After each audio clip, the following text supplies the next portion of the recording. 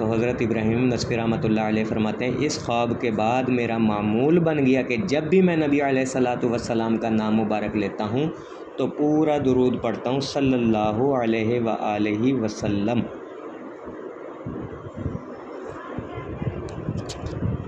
اب آپ نے دو خوابوں سے یہ بات جان لی کہ نبی علیہ الصلاۃ والسلام سلام کو کتنا پسند کرتے ہیں اور خواہش کرتے ہیں کہ درود کے ساتھ سلام بھی پڑھیں۔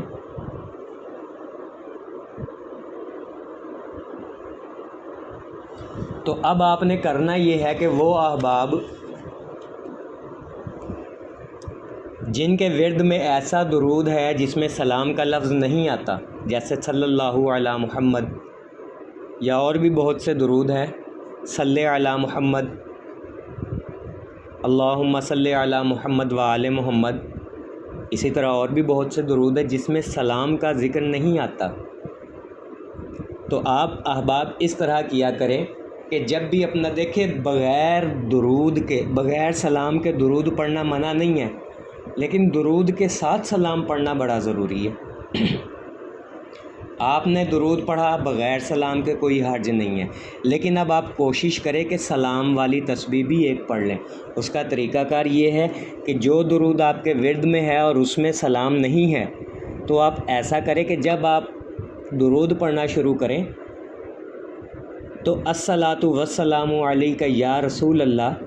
وعلی آلک واصحابک یا حبیب اللہ، اس کو 11 مرتبہ پڑھ لیا کریں۔ یعنی آپ صبح اٹھے ہیں اور آپ نے درود پڑھنا شروع کرنا ہے تو سب سے پہلے آپ پڑھ لیں الصلاۃ والسلام۔ اب دیکھیں اس میں صلاۃ بھی آ گئی اور سلام بھی آ گیا، اور اس میں آل کا ذکر بھی آ گیا۔ الصلاۃ والسلام علیک یا رسول اللہ وعلی آلک واصحابک یا حبیب اللہ، 11 مرتبہ کم سے کم آپ یہ پڑھ لیا کریں۔ اس کے بعد اپنا درود رحمت پڑھے، درود ابراہیمی پڑھ لے یا درود اہل بیت پڑھ لے، کچھ بھی پڑھ لے، کوئی سا بھی درود پڑھ لے جس میں سلام نہ ہو، لیکن شروع میں صلاۃ اور سلام لازمی رکھیں۔ اور اسی طرح جب آپ رات کو درود پاک کی تسبیح رکھیں سونے کے لیے کہ اب آپ نے سونا ہے، اب آپ درود پڑھنا بند کر رہے ہیں، تو پھر 11 مرتبہ جو ہے الصلاۃ والسلام علیک یا رسول اللہ وعلی آلک واصحابک یا حبیب اللہ پڑھ لیا کریں۔ اس کا فائدہ یہ ہوگا کہ اول اور آخر صلاۃ و سلام ہو جائے گا آل کے ساتھ، اور درمیان میں آپ کا ذکر ہو جائے گا، درود ہو جائے گا جس میں سلام کا لفظ نہیں ہے۔ اور یہ بالکل ایسے ہی ہے کہ جب دعا مانگو تو اول اور آخر درود بھیجو، تو اللہ تعالیٰ اول آخر درود کی برکت سے درمیان والی دعا کو بھی قبول کر لیتا ہے۔ تو جب آپ اول اور آخر صلاۃ و سلام بھیجیں گے تو درمیان والا درود فضیلت میں افضل ہو جائے گا، قبول تو وہ ہے ہی، فضیلت میں افضل ترین ہو جائے گا۔ اور اگر یہ طریقہ اختیار نہیں کر سکتے آپ،